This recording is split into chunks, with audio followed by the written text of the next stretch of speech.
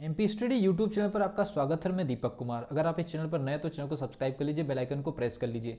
Video में आगे बढ़ने से पहले मैं इन्फॉर्मेशन देना चाहूँगा कि जिस प्रकार से ओमिक्रॉन की स्थिति बन रही है, तो ओमिक्रॉन की स्थिति को देखते हुए अगर आप पीएनएसटी की प्रिपरेशन कर रहे हैं तो आपसे मैं आपको निवेदन करता हूँ कि हमारी जो 249 रुपये की जो फिजिक्स की जो ऑनलाइन क्लास चल रही है और साथ में जो टेस्ट सीरीज 199 का है, 199 की टेस्ट सीरीज में आप अप्रूवल करके रख लीजिए, आपको बेनिफिट मिलेगा।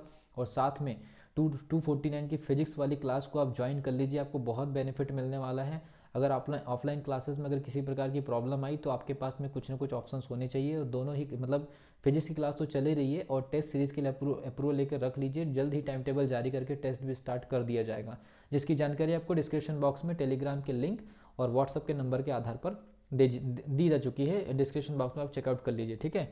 सबसे पहली चीज़ मैं आपको बता दूं कि हमेशा मेरे पास में जब कभी भी पीएनएसटी से रिलेटेड कोई छोटी सी भी इन्फॉर्मेशन आती है या कुछ भी अगर एनालिसिस आता है, कुछ आकलन आता है, तो आप सभी स्टूडेंट के सामने रखने की कोशिश करता हूं। और पीएनएसटी के सेकेंड राउंड की काउंसलिंग के बाद स्टार्टिंग से डीएमए की काउंसलिंग हो या बीच में डीएचएस की काउंसलिंग हो, फिर सेकेंड राउंड की काउंसलिंग हो, ये तीनों काउंसलिंग के बेसिस पर कुछ इन्फॉर्मेशन मैं आपको देना चाह रहा हूँ।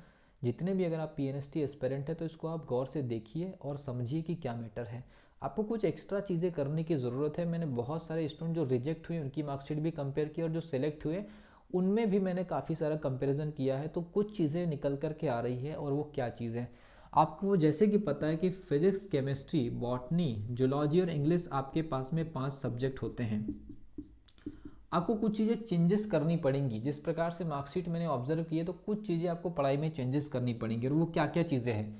सबसे पहले चीज़ आपको ये करना होगा कि मैंने ज़्यादातर मार्कशीट जो देखा है उसके बेसिस पर आपको इन्फॉर्मेशन देने की कोशिश कर रहा हूँ कि बॉटनी और जूलॉजी में एक लेवल के बाद स्कोर करना इतना आसान नहीं होगा। जैसे मान लीजिए कि अगर आपने 20 के आसपास अगर आपने स्कोर कर लिया, मान लीजिए हर स्टूडेंट तो ऐसा नहीं कर पाएगा, 20 के आसपास अगर आपने स्कोर कर लिया तो उसके बाद के चांसेस लगभग ओवर एंड आउट हो जाते हैं। लेकिन मैं आपको बता दूं ये जो दो सब्जेक्ट हैं, ये जो दो सब्जेक्ट है फिजिक्स और केमिस्ट्री, इसमें आपको कुछ अलग करने की ज़रूरत है। मार्कशीट के बेसिस पर कह रहा हूँ, कुछ अलग करना बहुत ज़रूरी है। और वो क्या चीज़ है तो मैं आपको बता दूं, अगर आपके टाइम टेबल में सभी सब्जेक्ट को आप बराबर टाइम देते हैं तो ये मान के चलिए कि फिजिक्स में एक्स्ट्रा 30 मिनट दीजिए, क्योंकि इन सब्जेक्ट में अच्छे स्कोर होने के बाद भी कई स्टूडेंट सेलेक्ट नहीं हो पाए हैं। और इन सब्जेक्ट में थोड़े एक दो नंबर कम भी लाए, लेकिन इन सब्जेक्ट में थोड़ा अच्छा स्कोर कर ली तो मैक्सिमम स्टूडेंट सेलेक्ट हुए। और जितनी भी मैंने मार्कशीट देखा उसमें से 99% जो मार्कशीट है उसमें फिजिक्स और केमिस्ट्री के ही कारण सबसे ज़्यादा प्रॉब्लम्स हुई है। स्टूडेंट्स को रिजेक्ट होने का पहला कारण ये है।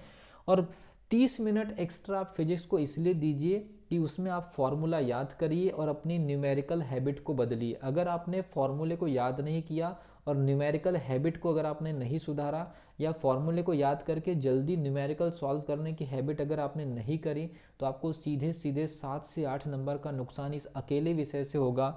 और केमिस्ट्री में केमिकल रिएक्शन, केमिस्ट्री में कोई बहुत हाई लेवल के या बहुत कॉन्सेप्चुअल न्यूमेरिकल नहीं आते, बिल्कुल सीधे न्यूमेरिकल आते हैं। तो केमिस्ट्री में याद रखिए केमिकल रिएक्शंस और थोड़े से जो लॉजिकल क्वेश्चंस होते हैं और कुछ बेसिक न्यूमेरिकल।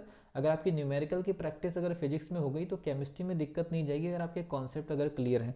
तो ये याद रखिए केमिकल रिएक्शन, फॉर्मूले और केमिस्ट्री के जो डिफरेंट टाइप के जो क्वेश्चंस होते हैं, जो रैंडम क्वेश्चंस होते हैं, वो याद रखिए। तो केमिस्ट अगर फिजिक्स को 30 मिनट एक्स्ट्रा दे रहे हो तो कम से कम अपने टाइम टेबल में इस विषय को 20 मिनट एक्स्ट्रा समय दीजिए।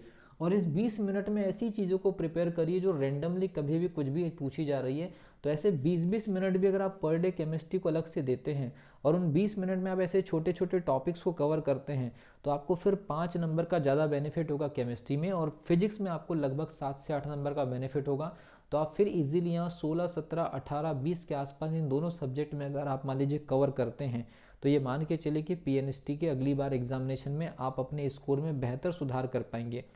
मार्कशीट में जिस प्रकार से मैंने कई सारी मार्कशीट को कंपैरिजन किया है, अलग अलग सेलेक्टेड स्टूडेंट, बिना सेलेक्टेड स्टूडेंट, डीएमई में, डीएचएस में जो भी स्टूडेंट सेलेक्ट हुए हैं और जो स्टूडेंट रिजेक्ट हुए हैं इस तरफ में सेकंड राउंड काउंसलिंग के बाद में, तो मार्कशीट को कंपेयर करने के बाद एक चीज़ समझ में आ गई, अपने टाइम टेबल में चेंजेस कर लीजिए। फिजिक्स को एक्स्ट्रा 30 मिनट, और जिसमें न्यूमेरिकल को तेज़ी से सॉल्व करने की हैबिट और फार्मूला, और केमिस्ट्री में अलग अलग प्रकार के एलिमेंट की इन्फॉर्मेशन और केमिकल रिएक्शन, उसके लिए 20 मिनट एक्स्ट्रा। और जो आपके बाकी जो सब्जेक्ट है उनको आप जैसे मैनेज करते हैं वैसे ही करते रहते हैं तो आपको एक बेनिफिट मिलता हुआ नज़र आ सकता है। ये आपको थोड़ा सा चेंजेस करना है 2022 की आपकी प्रिपरेशन में। ये एनालिसिस मैंने आपके सामने रख दिया है, अगर आप इसको फॉलो करते हैं तो आपको बेनिफिट होगा। मिलता हूँ अगली वीडियो में, तब तक के लिए wish you all the best.